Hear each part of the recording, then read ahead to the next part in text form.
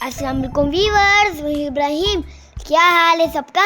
अब हम पत्थरों से आगे तुरंग में पहुंच चुके हैं। यहाँ जब हम पिक्चर्स और वीडियोस बनाने लगे तो मेरा कज़न स्पाइडरमैन बनने की कोशिश कर रहा था और यहाँ हाथियों के एक दो पुतले नहीं, बहुत सारे पुतले थे। आपको पता है थाईलैंड का नेशनल एनिमल एलिफेंट है और इसी वजह से एलिफेंट को थाईलैंड में इतनी अहमियत मिली हुई है। यहाँ हमने हाथियों की गोद में हाथियों की सूंड पकड़ के और दुम से लटक कर और हाथियों के ऊपर भी बैठ के वीडियोस बनाई। फिर मैंने यहाँ एक फिश देखी, उसने पप्पी लेने वाला पोज बनाया हुआ था, तो फिर मैंने भी उसकी एक पप्पी ले ली। बस 15 मिनट के लिए यहाँ रुककर हम आगे चल पड़े। जब यहाँ से मैं बाहर निकला तो मैंने एक दरख्त का तना देखा जहाँ 2 दिल बने हुए थे। ये तना अंदर से फुल खाली था और लोग इसके अंदर जाकर वीडियोस और पिक्चर बना के वापस निकल आते हैं। तो फिर हमने भी यहाँ वीडियोस और पिक्चर बनाई और यहाँ से बाहर निकले।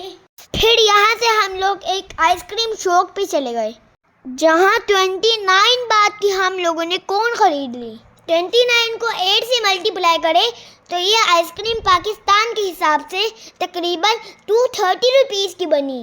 पाकिस्तान में इतनी रुपए की मिल जाती है ऐसी आइसक्रीम। फिर मैंने, मेरे कज़न ने, मेरे भाई ने, सब ने मिल के आइसक्रीम को एंजॉय किया। फिर यहाँ से हम एक स्टोर में चले गए जो 7-Eleven के नाम से है और यहाँ भी चीज़ें बहुत रीज़नेबल प्राइस में मिलती हैं। यहाँ से हमने बहुत सी खाने पीने की चीज़ें खरीदी और फिर हम करब्बे की तरफ निकल पड़े।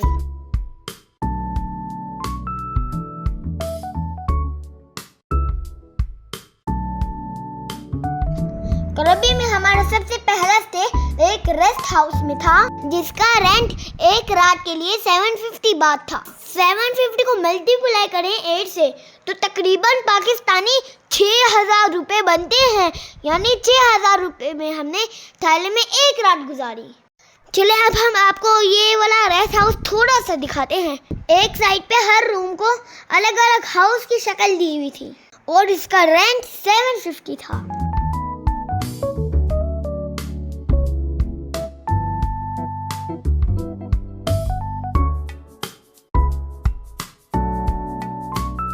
और सामने की तरफ सब रूम को एक हाउस की शक्ल दी हुई थी जिसका रेंट 600 बात था, लेकिन वो रूम भी बहुत छोटे छोटे थे। अब मैं आपको 750 वाला रूम अंदर से दिखाता हूँ। देखिए इतना अच्छा है ना।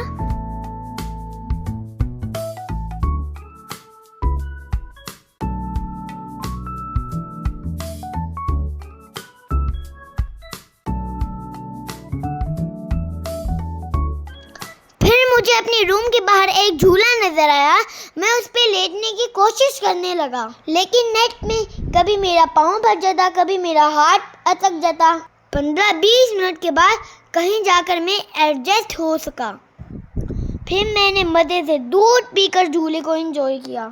इसके बाद हम अपने रिश्तेदारों के घर चल पड़े, लेकिन हमने उनको इस बात का बिल्कुल नहीं बताया था क्योंकि हम उनको एक तरह का सरप्राइज देना चाहते थे। वो हमें देख के बहुत खुश हुए।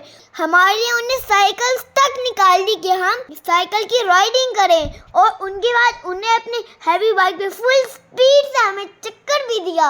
हमारे साथ उन्हें पिक्चर्स और वीडियोस भी बनाई, लेकिन मुझे बहुत शर्म आ रही थी उनके साथ पिक्चर्स और वीडियो बनाते हुए। बाकी की कहानी अगले व्लॉग में सुनाऊंगा। तब तक के लिए अल्लाह हाफिज।